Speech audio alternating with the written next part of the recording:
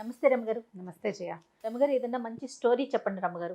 నువ్వు మంచి స్టోరీ అనగానే నాకు పెద్ద డౌట్ వస్తుంది. ఇప్పటిదాకా మంచి స్టోరీలు చెప్పలేదా? అంటే మళ్ళీ వెంటనే నా సమాధానం ఇంకా మంచి అని చెప్తాం. పెద్ద కథ చెప్పండి అంటున్నారు. అయితే గుర్తున్నంత వరకు చెప్తాను. ఒకవేళ కథ ఆగిపోయింది అనుకోండి మధ్యలో, వచ్చే వారం మళ్ళీ మీరు వెతుకుని తరువాయి భాగం చూసుకోవాల్సింది. ఏదో కొంత మటుకు గుర్తుంది, చెప్తూ ఉంటే గుర్తొస్తుందేమో చూడాలి. తప్పకుండా. ఇలాంటిది ఒక సినిమా కూడా ఉన్నట్టు గుర్తుంది నాకు.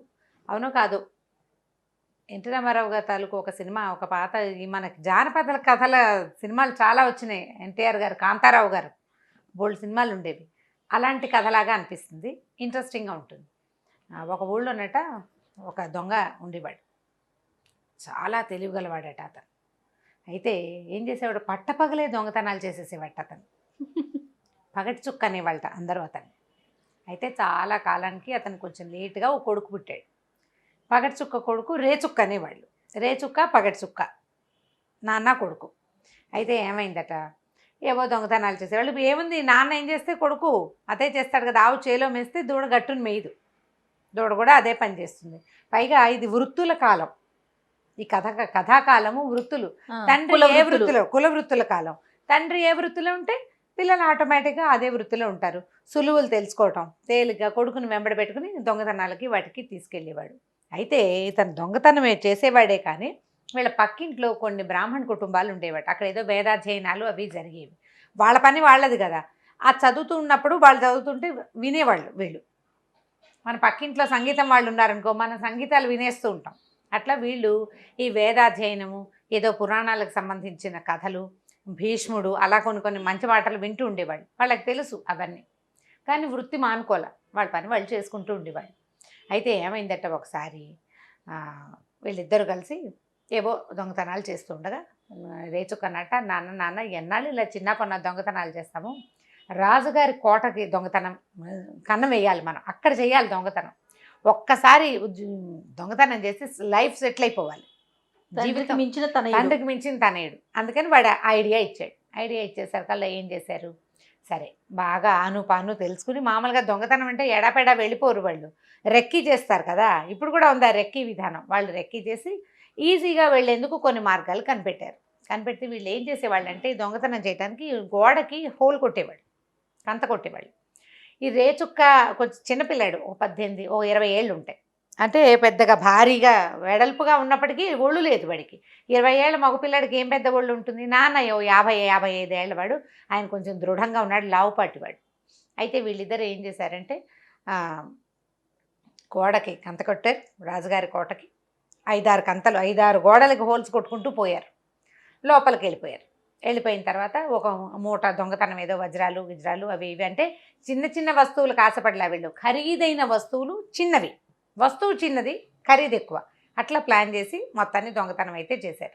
దొంగతనం చేసి మూట భుజాన్ని వేసుకున్నారు. బయటికి వచ్చేస్తుండగా ఏమైందంటే, పొరపాటున ఇవి ఒక దీపపు సెమ్మకి తగిలింది. కాలు తగిలేసరికల్లా, ఈ దీపపు సెమ్మ పడేసరికల్లా, సెమ్మె పడిన శబ్దం కాలేదు కానీ నూనె కింద పడి ఆ ఒత్తులు అంటుకున్నాయి.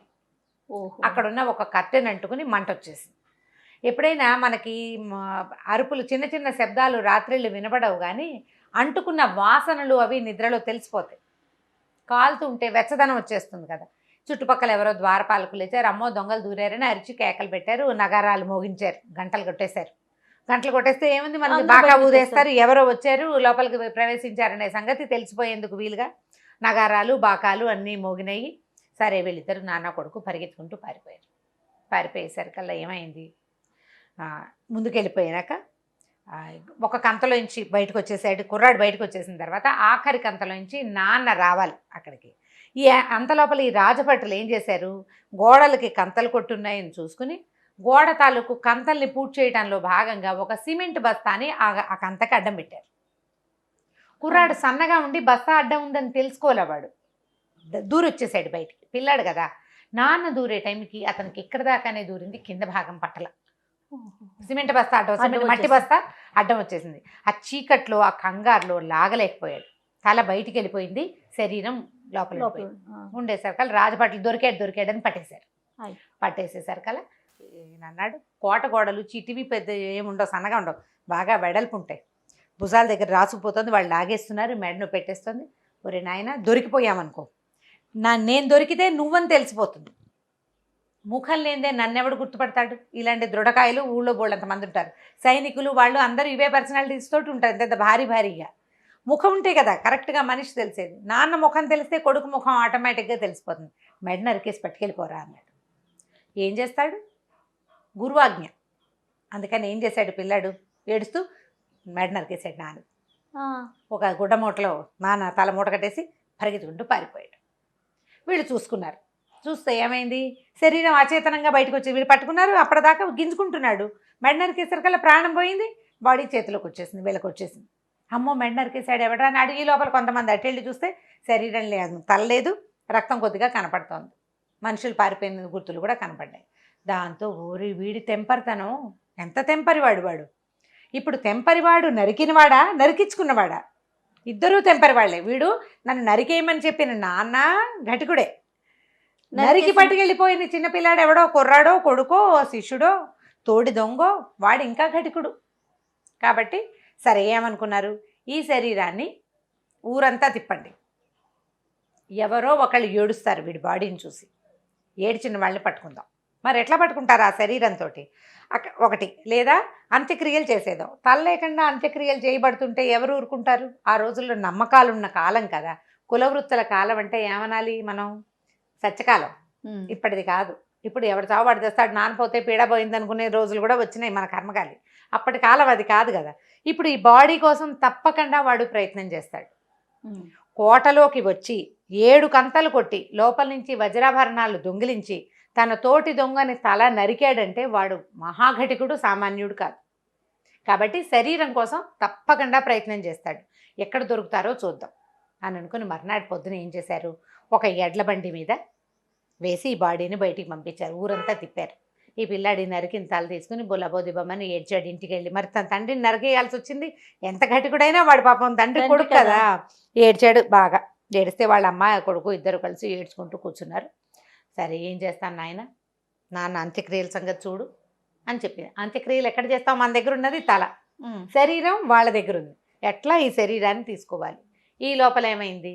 మాటలు బయటకు వచ్చే ఏముంది, కోటలో ఏదైనా ఇంత విచిత్రమైన విషయం జరిగితే బయటకు వచ్చేస్తాయి కదా. వీళ్ళు బయటికి వెళ్ళి అటు ఇటు చూసేసరికల్లా ఎవరిదో శరీరంట, తల ఎవడో కొడుకు కొట్టి పట్టుకెళ్ళిపోయాట. కాబట్టి ఈ శరీరాన్ని ఊళ్ళో ఊరేగిస్తున్నారు అని చెప్పారు. చెప్పేసరికల్లా అన్నాడు, అబ్బాయి అమ్మ మనసందుకు కూడా వస్తుంది, ఇది పెద్ద వీధి మనం ఉన్నది, నాన్న శరీరాన్ని చూసి ఏడవకూడదు, నువ్వు జాగ్రత్త పడంటే ఎలా ఆపుకోనరా నాయన దుఃఖం, ఎన్ని సంవత్సరాల సాహచర్యం, భర్త చచ్చిపోతే ఏడ్చే హక్కు కూడా లేదా నాకని తల్లి మళ్ళీ ఏడ్చింది. సహజంగా జరిగేది. అవును. సరే వీడు ఏం చేశాడు? అమ్మ ఈ బట్టలు చీర, ఈ మంచి చీర విప్పేసి బాగా పాతది నాయనమ్మ చీర పురాతనమైన ఉండాలి కదా పెట్లు, అదొకటి కట్టుకోవే అన్నాడు. ఇప్పుడు ఎందుకు నాయన ఈ మేకప్ అని నా మాట వినమ్మా, పాత గుడ్డ కట్టుకో. అక్కడి నుంచి ఏం చేశాడు? తల్లి మొహానికి బూడిద పట్టుకొచ్చి కొద్దిగా అంటించాడు. అంటించి పద వెళ్దామని అమ్మను వెంట పెట్టుకుని వెళ్ళాడు. వెంట పెట్టుకెళ్ళి సరిగ్గా ఈ ఊరేగింపు వెళ్తున్న రోడ్లోకి వెళ్ళిపోయారు వీళ్ళు. ముందే ఆ సందులోకి వస్తుందన్నమాట ఆ బండి. ఈ లోపల ఏమైంది? దగ్గరకు వచ్చింది, భోర్మని ఏడ్చింది ఈవిడ. అందరూ ఈవిడ కేసు చూశారు, కానీ ఆవిడని పట్టుకోలే. ఏడ్చిన వాళ్ళని పట్టుకురమ్మన్నారు రాజుగారు. ఎందుకు పట్టుకోలేదంటే సరిగ్గా ఆవిడ ఎలా ఉంది? ఒక పాత గుడ్డ, మొహం నిండా బూడిద, పొద్దుటి నుంచి ఏడుస్తుంది. పిచ్చిదానికి మళ్ళీను ముష్టి వాళ్ళలాగా, అంటే అడుక్కునే భిక్షకురాల్లాగా కనపడుతుంది. ఆవిడ కొడుకు మునగ చెట్టు ఎక్కాడు, పైనుంచి పడ్డాడు ఢామ్ అని. వాడు నా కొడుకు పడ్డాడో అని ఏడ్చింది. శవాన్ని చూసి, అంటే డెడ్ బాడీని చూసి ఈవిడ ఏడిచే టైంకి ఆ కొడుకు ఏం చేశాడు? మునగ చెట్టు మించి దూకేశాడు. వాడు దూకంగానే కొడుకు పడిపోయాడు. పాపం భిక్షకురాలు పెద్దది, పిచ్చిదానిలాగా ఉంది, పిల్లాడు పడిపోయాడని ఏడుస్తుంది. వాడు మోకాలు చిట్లిపోయింది. పాపం అయ్యో అయ్యో అన్నారు. సరే ఈ శవం వెళ్ళిపోయింది. వీడు ఏం చేశాడు? బాడీ అక్కడి నుంచి వెళ్ళిపోయాక కళ్ళారా అమ్మ శరీరాన్ని చూసింది కదా వాళ్ళమ్మ, తీసుకెళ్ళిపోయాడు ఇంటికి వాళ్ళమ్మని. సాయంకాలానికి చీకటి పడే వేళకి శరీరం మళ్ళీ కోటకు చేరింది. కాస్త ఉప్పు అది పోసి నిలవబెట్టారు బాడీని. ఏం జరిగింది అని అడిగారు రాజు. ఏం జరిగింది? ఎవ్వరూ ఏడవలేదండి. శవాన్ని చూసి ఒకే ఒక ఆవిడ ఏడ్చింది, ఓ భిక్షకురాలు. పాపం ఆవిడ కొడుకు అదే టైంకి మునగ చెట్టు మించి పడ్డాడు. అంటే ఆవిడ ఎలా ఉంది, వాడెలా ఉన్నాడు అని అడిగితే వాడికి సమున్నతాకారుడు, పొడుగాటి వాడు. పొడుగాటి వాడు బాగానే ఉన్నవాడు మునగ చెట్టు మించి పట్టం ఏమిటి? అసలు మునగ చెట్టు ఎక్కితే మునగ పడిపోతాయి చెట్టు కదా. ఎక్కితే పడదు. అసలు మునగ చెట్టు ఎక్కరు, ఎవరు కింద నుంచి గడబెట్టి అవును. కోస్తారు. ఆ చెట్టు పెళుసు. మునగ చెట్టు బాదం పెళుసుగా చెట్టు ఉంటుంది పెళుసుగా కదా. ఉంటాయి, పుట్టుకుని విరుగుతాయి. వాడు ఆ చెట్టు ఎందుకు ఎక్కాడంటే వాడే వీడి కొడుకు అనమాట. ఆ ఏడ్చినప్పుడు వీడి భార్య అయి ఉంటుంది. వాళ్ళు కనిపెట్టారా? ప్లాన్డ్గా రాజుగారి ఉద్దేశం. ఇప్పుడు వాళ్ళని ఎక్కడ కనిపెడతారు? అక్కడి నుంచి రోడ్ల వెంబడబడి సైనికులంతా తిరిగారు. తిరిగితే పొద్దున్న వేషం వేసుకున్న ముష్టావిడాను ఆవిడ కొడుకు వీళ్ళకి దొరుకుతారా? అక్కడ ఉంటారా వాళ్ళు? ఒక భిక్షుకురాలు, కొంచెం బలంగానే ఉంది మనిషి, ఇంత వయసులో 50 ఏళ్ళు ఉంటాయి. కుర్రాడు ఆవిడతో ఉన్నవాడు బాగా పొడుగాటివాడు. వాడు కింద పడినా వాడు పొడుగు కనపడుతున్నది. పొడుగాటివాడు కింద కూర్చుంటే మాత్రం పొట్టివాడు అయిపోడు, వాడు పొడుగ్గానే కనపడతాడు. ఈ కుర్రాడు ఇలా ఇలా ఉన్నాడంటే కుర్రాడు లేదు, మాకెవరు తెలియదండి, అంత వాళ్ళు ఎవరు లేరన్నారు. సో వాళ్ళు ముష్టి వాళ్ళు కాదనమాట. ఇదే జరిగింది. అక్కడి నుంచి సరే ఇదో కథ. రెండో రోజు ఏం చేశారు? చాటింపేశారు. నిన్న దొరికినటువంటి దొంగకి అంత్యక్రియలు చేయబోతున్నారు. అంత్యక్రియలు చేయాలంటే శరీరాన్ని తల్లేదు, శరీరానికే చేయాలి. ఇదే చేయబోతున్నారు రాజుగారని చాటింపు వచ్చింది. సరే బాడీని సైనికులు తీసుకుపోయారు బండి మీద వేసి. ఇవాళ అమ్మాయి ఏడవటం మొదలుపెట్టింది. ఒరే నాన్న, నువ్వు చేయకుండా ఒక్కగానొక్క కొడుకువి, లేక పుట్టావు, నువ్వు తలకొరివి పెట్టకుండా మీ నాన్నకి వాళ్ళెవరో సైనికులు, వాళ్ళు అనాథ ప్రేతానికి సేవానికి తలకొరివి పెట్టినట్టు పెట్టేస్తారా? అయ్యో ఇలా అయిపోయింది మన జీవితం, పెద్ద కుటుంబంలో పుట్టాం, ఇలా అయిపోయిందని ఏడవటం మొదలుపెట్టింది. ఆవిడేమన్నాడంటే, కుర్రాడు అమ్మ రేచుక్క చెప్పాడు, నువ్వేం కంగారు పడకు, సరిగ్గా ఏం చేయాలో నేను అదే చేస్తాను, ఏం కంగారు లేదు, నేను చూస్తాగా అన్నాడు. సరే ఈ మధ్యాహ్నానికి టైంకి ఏమైంది? వీళ్ళు ఈ సైనికులు శ్మశానాన్ని దగ్గరికి చేరే టైంకి ఒక పెద్ద భేతాళు లాంటి అవతారంతో ఉన్న ఒక తాంత్రికుడు అక్కడ ప్రత్యక్షం అయ్యాడు. వాడు ఏంటంటే మెళ్ళలో కపాలాలు అవి వేసుకున్నాడు, ఓ ఎర్రటి పంచోటి కట్టుకున్నాడు, కాళ్ళకి గజ్జెలు, ఒక పెద్ద కొరడా పుచ్చుకుని కేకలు పెడుతూ నా గందరగోళం చేశాడు. చేసేసరికల్లా మామూలుగా కాపాలికులు వాళ్ళని చూస్తే భయపడతారు. కొంతమంది సైనికులు అతన్ని బెదిరించడానికి ట్రై చేశారు. వాడేం బెదరటల్లా, వాడు ఇంకా మీదకి వస్తున్నాడు. ఆ కొరడా విసురుతూ ఉంటే ఎవరికి తగులుతుందో తెలియదు.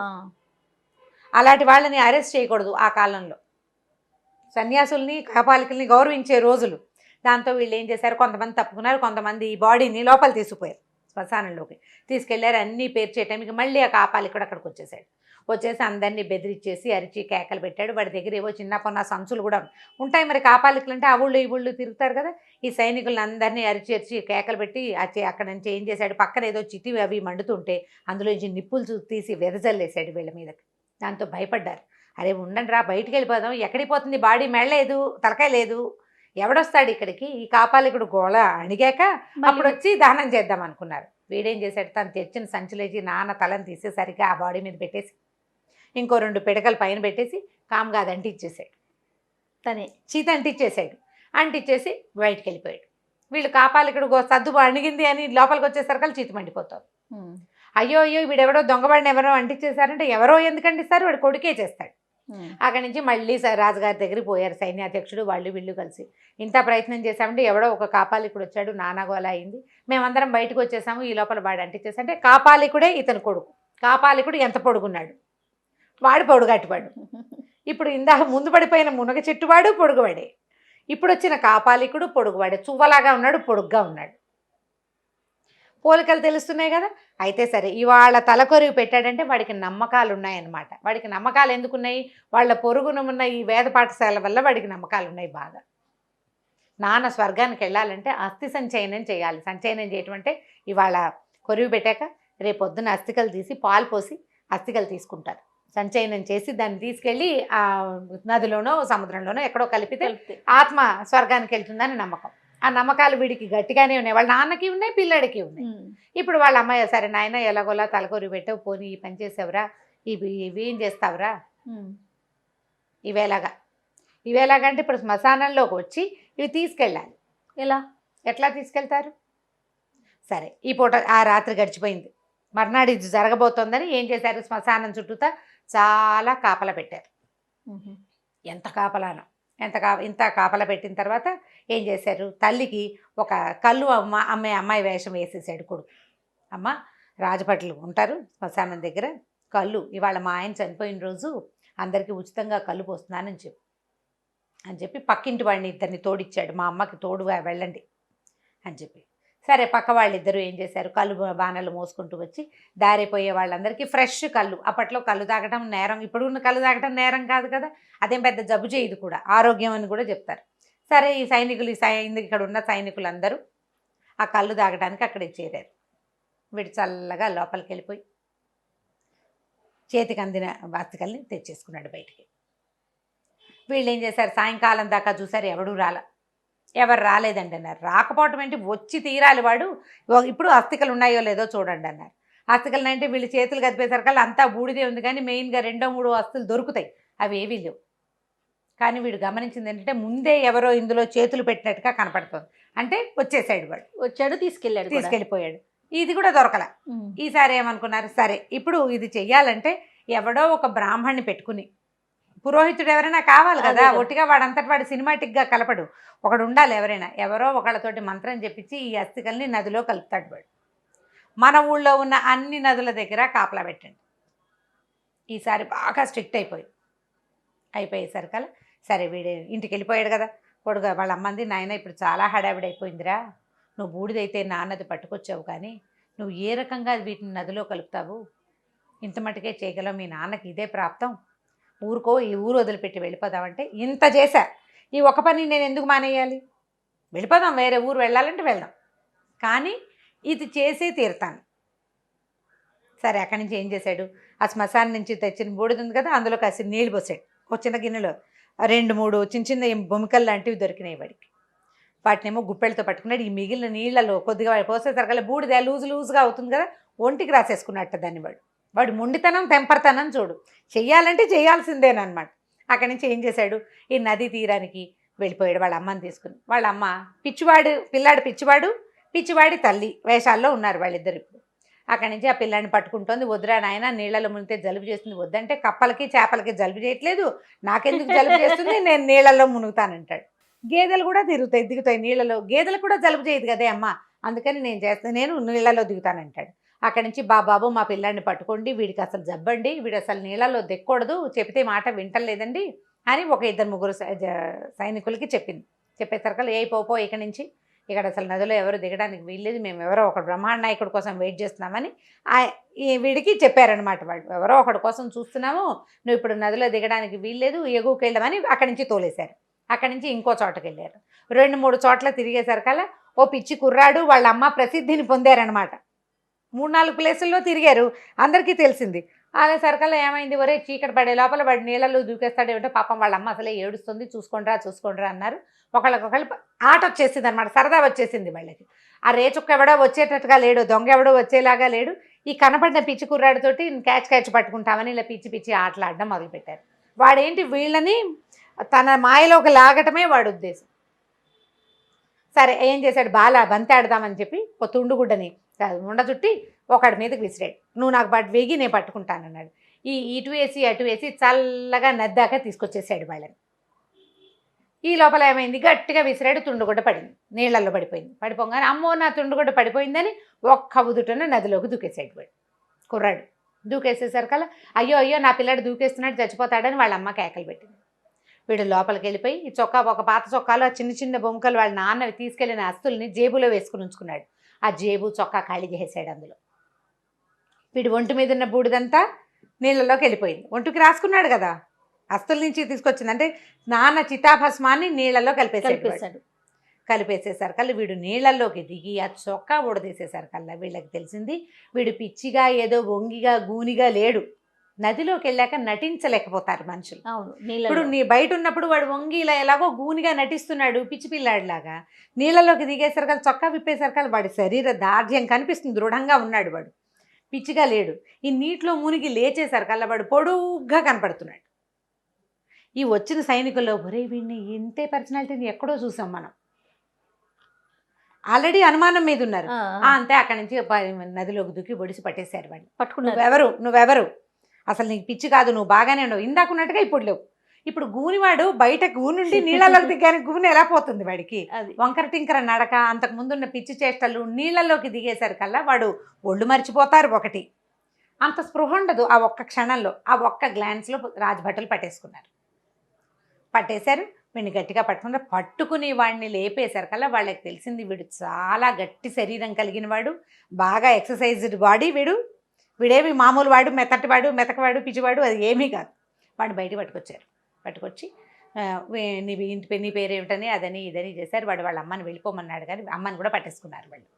తల్లి పారిపోలేకపోయింది, పట్టేసిన తర్వాత ఊళ్ళో వాడిని ఊరేగిచ్చారు, బండెక్కిస్తే అందరూ వీడు రే చుక్క, వీళ్ళ నాన్న పగటి చుక్క అని చెప్పారు. వీళ్ళ నాన్న ఏడంటే మా నాన్న ఏదో ఊరెళ్ళాడు అంటాడు వాడు. మా నాన్న లేడు, మా నాన్న ఏదో ఊరెళ్ళాడు, నన్ను మా అమ్మని వదిలిపెట్టి వెళ్ళిపోయాడంటే వాడు ఏం చేశాట, ఆ రోజు ఏ రోజైతే వీళ్ళు గోడకి కంతలు కొట్టారో ఇతను దొంగతనానికి వెళ్ళే రోజు పొద్దున్నే వెళ్ళి ఆ వేద పాఠశాలలో పెద్ద ఆయనకి దండం పెట్టుకొస్తాడు. ఆయన ఏ రోజైతే గోడకి కంతలు పెట్టారో ఆ రోజు పొద్దున నాన్న కొడుకు ఇద్దరు వచ్చి నాకు దండం పెట్టారని సాక్ష్యం చెప్పాడు.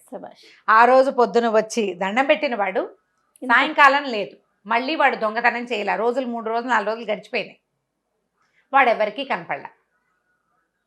దాంతో ఆ పోయినవాడు వాడేనని, వీడే ఈ తెలివిగా ఇవన్నీ చేశాడని తెలిసిపోయింది. రాజుగారు ఆశ్చర్యపోయాడు. ఒక దొంగ కుర్రాడికి ఇన్ని తెలివితే ఎట్లా, ఇంత తెంపరతనమా? భయపడద్దు వాడు. నాన్న పోయాడు, నాన్న నేను చంపేయడానికి భయపడాలి, వాడు దానికి భయపడాల. తర్వాత ఏ వ్యవహారానికి వాడికి భయం లేదు, ప్రతిసారి ఏదైనా చేసి తన పనిని నెరవేర్చుకోవటమే వీడి ఉద్దేశంగా ఉంది. అక్కడి నుంచి మంత్రులతో 2-3 ఫ్రెండ్స్తో అందరితోటి మాట్లాడుకున్నాడు. వీడికి ఇంత సాహసం ఉన్నవాడు ఏ రాజ కుటుంబంలోనో పుట్టాలి, ఇలా దొంగగా ఎందుకు మారాడు వీడు అని వాడు ఆనుపానులు తీస్తే, వీడు ఒక సైన్యాధిపతి కుటుంబానికి చెందినవాడి కుర్రాడు తండ్రి. ఆయన ఏదో ఊరు నుంచి వీళ్ళ అమ్మని తీసుకుని వచ్చేసాడు ఇక్కడికి. మొదటి కుటుంబాలు మంచివే, అతనికి అలాంటి విద్య ఉంది, దొంగతనం, దాన్ని డెవలప్ చేశాడు, కొడుక్కి అదే నేర్పించాడు. ఇప్పుడు అదే కులవృత్తి కింద అయిపోయింది కదా. ఈ వృత్తి మారిస్తే వీడి తాలూకు ప్రవృత్తి చాలా పెద్దది, చాలా తెలివైంది. అందుకని రాజుగారు ఏం చేశాడంటే, అరే బాబు నువ్వు మా దగ్గర ఉద్యోగంలో చేరు, నీకు ఇన్ని తెలివితేటలు ఉన్నాయి, తప్పించుకునే తెలివితేటలు నీ దగ్గరే మేము నేర్చుకోవాలి అని చెప్పి వాడిని తన దగ్గర పనిలో పెట్టుకున్నారు. వాడు దొంగతనం చేసినప్పటికీ కూడా అప్పట్లో వ్యక్తులకి ప్రాధాన్యత ఉండేదన్నమాట, వాడి తెలివితేటలకే ప్రాధాన్యత ఉండేది. సైన్యాధికారి అయిన ఈ కుర్రాడు కొంతకాలం తర్వాత ఆ రాజ్యానికి వచ్చిన చాలా ఇక్కట్లను తప్పించి కాలక్రమంలో వాడే రాజయ్యాడు. రేచుక్కనే పిలిచేవాళ్ళు అతన్ని, రాజుగారు వేరే పేరు పెట్టలేదన్నమాట. ఇప్పుడు తెలివి తెంపర్తనం అంటే సాహసం అన్నమాట. మనం దాన్ని అదే చెప్పాలి కదా. మనం ఈ తోటరాముడు ఆ కథలు చూస్తాం, పాతాళ భైరవి ఆ కథల్లో కూడా ఒక మామూలు వాడు రాజు అవుతాడు. అక్కడ కుల విచక్షణ లేదు, మామూలు వాడు రాజు ఎలా అయ్యాడంటే వాడి తాలూకు సాహసమైన కార్యాల వల్ల. ఇప్పట్లాగా అంత కుల విచక్షణ అప్పట్లో లేదేమోనని అనిపిస్తుంది. మన రాజుల్లో సామాన్యంగా ఉండి మామూలు కుటుంబాల నుంచి సడన్గా రాజైన కథలు మనకు చాలా చరిత్రలో ఉన్నాయి. అట్లా ఇదేం పెద్ద విశేషం ఏం కాదు, ఇది పూర్తిగా జానపద కథ కింద కొట్టిపారేయడానికి వీల్లేదు. ఇలా మామూలుగా ఉన్నవాళ్ళు, సాధారణమైన వ్యక్తులు రాజ్యాధికారాన్ని చేపట్టిన కథలు బోలెడని ఉన్నాయి. కథ ఇంట్రెస్టింగ్గా ఉంటుంది, స్లోగా నేరేట్ చేయండి. నేను చకచకా చెప్పేశాను కదా, దీన్ని నిదానంగా నేరేట్ చేస్తే ఇప్పుడు ఇందులో కొన్ని వ్యవహారాలు ఉన్నాయి. తండ్రి మరణించటము, సంచయనం చేయటము, నాన్నని నరికేయటం లాంటివి పెద్ద విషయాలు. మీరు తెలుసుకోండి, పిల్లలకి జాగ్రత్తగా చెప్పండి. కట్ చేసి తీసుకెళ్ళిపోవటం అంటే నేను సింపుల్గా చెప్పేశాను, ఇదే నీకు కాబట్టి చెప్పాను. నేను ఒక 8 ఏళ్ల పిల్లాడి కంటే నేను ఆ మాట చెప్పను. దానికి మనం ఏదో ఒకటి మీరు ప్లాన్డ్గా సరిగ్గా చెప్పాలి. ఈ కథని డైరెక్ట్గా వినిపించేస్తే పెద్ద పిల్లలు అయితే వినేస్తారు, వాళ్ళు దాన్ని సింపుల్గా తీసుకోవచ్చు. అవును, చిన్న పిల్లలకి చెప్పేటప్పుడు మాత్రం కేర్ఫుల్గా చెప్పండి. ఇది పెద్ద కథ, దీన్ని 2-3 రోజులు నిదానంగా ఎపిసోడ్స్ వైజ్గా చెప్పుకోవచ్చు. నాన్న తల నరికి తీసుకెళ్ళిపోయాడు లాంటి విషయాలు చెప్పేటప్పుడు కేర్ఫుల్గా చెప్పాలి. రైట్ రమ్మ గారు, ఒక ఎపిసోడ్లోనే చెప్పేశారు, తరువాయి భాగం లేదు. రైట్ రమ్మ గారు, ఇంకొక స్టోరీతో మళ్ళీ కలుగుతాం. తప్పకుండా చేయాలి. నమస్తే. ఈ వీడియో కనుక మీకు నచ్చినట్లయితే లైక్ చేయండి, షేర్ చేయండి, మరిన్ని వీడియోస్ కోసం మా ఛానల్ని సబ్స్క్రైబ్ చేసుకోండి. హాయ్ హలో, రోజుకి 1 కోటి మందికి పైగా వ్యూవర్షిప్ని సంపాదించుకున్న సుమన్ టీవీ నెట్వర్క్ ఇప్పుడు సరికొత్త పంతాలో అడుగు వేయబోతోంది. సుమన్ టీవీ నెట్వర్క్ని జిల్లాల వారీగా ప్రారంభించబోతోంది. ఫ్రాంచైజీస్ కోసం ఆసక్తి కలిగిన వారు క్రింది నెంబర్ని సంప్రదించగలరు.